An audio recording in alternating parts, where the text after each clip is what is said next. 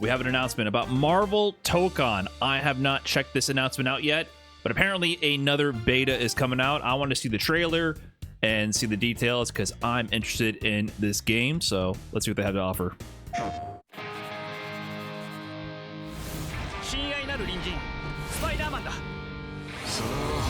Still definitely the best looking fighting game in a long time. Okay, another closed beta. Register now. Yeah, still only PS5. I feel like after all this 2xKO training, I might actually be ready to play the active tag system. This beta that first came out was so disjointed with the time windows, and you know, I'm such a slow learner with no training mode. I feel like I didn't do a single active tag the entire first beta.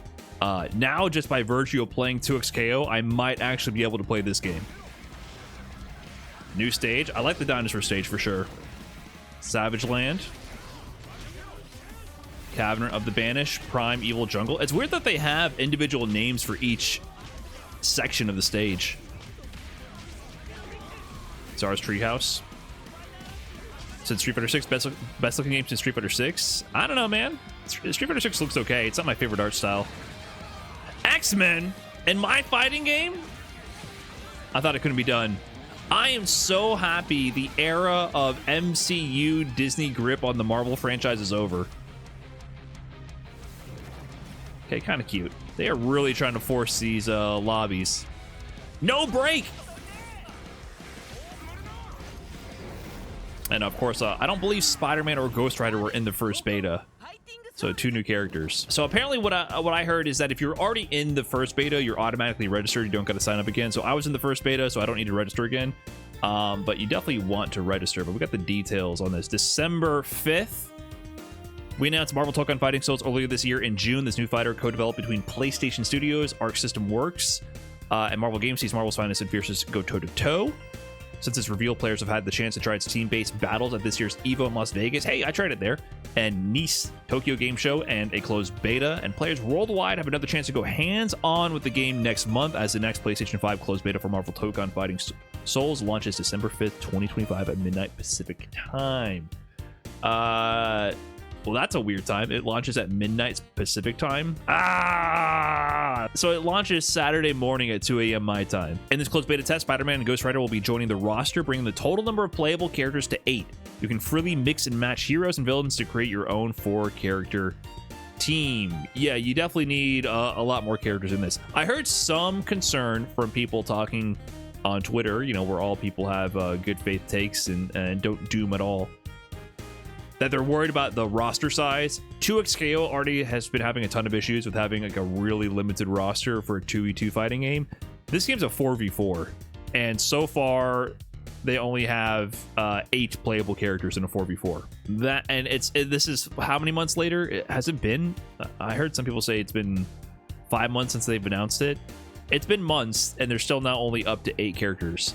So it's a little like, oh, people are starting to get a little antsy regarding the number of playable characters, because I understand that. I think fighting games need a pretty beefy starting roster, especially in a team game for variety. So you're saying I could be playing Teemo, Yasuo, Echo, and Ari all on the same team? Essentially, yeah. Imagine it, you know, 2xKO has like 4 top tier characters. Imagine if they could all be on your team instead of having some variety amongst the top teams. But that's usually a problem with tag games, is that the top characters get really good, and there needs to be enough characters to offer that variety to break that up. Additionally, 2 new stages, Savage Land and the X Mansion, will be added to this beta. Each stage includes unique interactive features, so be sure to check them out. This is the weird thing. I don't know if they mentioned it in the trailer, but I saw a tweet that had a little disclaimer that said that this new X-Men stage has only 1 zone, and I guess maybe that's implied by the gameplay here. They're already at the wall. So in this combo here with Dr. Doom, look at how they're at the wall. It's not breaking. That means that this X-Men stage, unless they're hiding something, has only 1 section, which means the stages are going to be different. The stages are going to be different sizes and have different gameplay balance, which is completely unheard of in the realm of traditional fighters, right? Like, it's normal to have different stages for Smash platform fighters. So now you're going to actually have to consider the stage pick beyond just aesthetics. Like MK9, oh shit. I actually did not know that MK9 had that. I know NRS games often had interactables. I mean, go back to fucking Injustice and people dumpstering you literally with a trash can all over and over.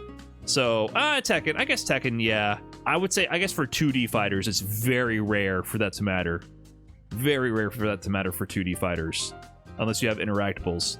Based on feedback received from the previous closed beta, we've implemented numerous improvements, including balance adjustments, performance optimizations, visual enhancements, and user experience upgrades. More details will be shared as we get closer to the beta test. I want to hear what they actually changed. I'm curious if they did anything about the unblockable situation. In case you don't know, during the gameplay of the first beta, essentially the top players figured out how to run strings into special moves. You do a string, call an assist, and then activate your special move that would have a high or low component to it, and then you would active tag into your assist and then do the opposite. So if you had an overhead special move, you would start the overhead special, activate tag, and then go low, and eventually it became a hard to unblockable to essentially unblockable, or vice versa. If you had a low special move, you would activate the low special move, tag, and then do an overhead, and then you're just cooked, right? So I wonder if they're going to make it like the 2xKO situation, where the non-point character, the character that gets tagged out, loses its high-low properties on all their moves. It's a simple solution, but it makes me wonder like why that wasn't already in there in the first place. Or if they're just going to be like, fuck it, you got 4 life bars. Like, you go ahead and rinse your unblockables. I'm actually not sure what they're going to do about that. When and how to play, the test will begin on Friday, December 5th at midnight and will run continuously until December 7th at 11:59 p.m.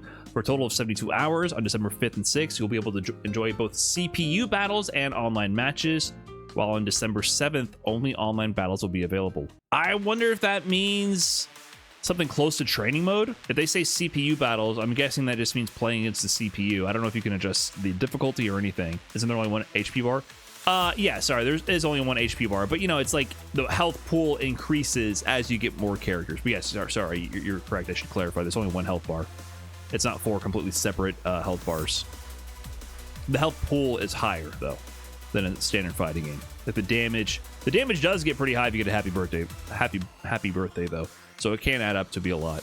I wonder if you can actually do something training mode. Like, I want to beat up a training mode dummy to figure out how to press the buttons in the right order. I think the big takeaway also is the fact that there is this X-Men stage. People were talking about the X-Men appearing in this. Gambit, Angel, Professor X, Psylocke, Beast, Nightcrawler, and Colossus spotted in the new X-Mansion stage. So it's pretty interesting to see all these classic MVC2 era X-Men depicted in a fighting game. I'm not gonna lie, the boomer in my heart, you know, like I still feel like I kind of wish we got a classic MVC title. Even though this game is gorgeous and I'm really looking forward to it, part of me is like, man, I kind of wish we had all these guys. Look at Colossus right there. That just screams MVC2 to me. However, some people were also speculating that this means that none of these characters will be playable. That could be the case, but that's not always the case. I would say that it doesn't completely rule out these characters being playable, them being in the background. If anything, that means they actually started on their model. It might be a low-res version of their model, but they exist, right? So it doesn't entirely rule them out. We've seen it all the time.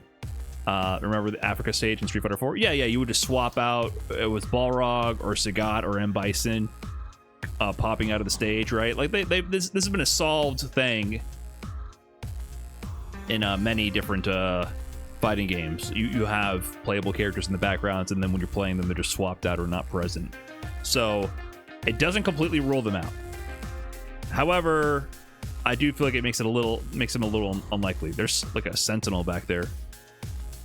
Also, it does make it a little bit less likely, I feel like. Anyways, that's the news. I'm hoping to get into this. I don't know if you're automatically in or just eligible to get in if you're in the first beta, but I want to actually play the game for real and not be interrupted by the really strange hours. Like last time, I only got a handful of hours to play, because they broke it up into such strange segments. So the fact that it'll be running continuously is definitely an improvement. It makes me wonder, like, what was the point of that? At first I was giving them credit, like, oh, maybe they're doing these different segmented time slots to test like the server load for a bunch of people trying to sign in at once, or maybe they had server maintenance, had to collect logs. I don't know.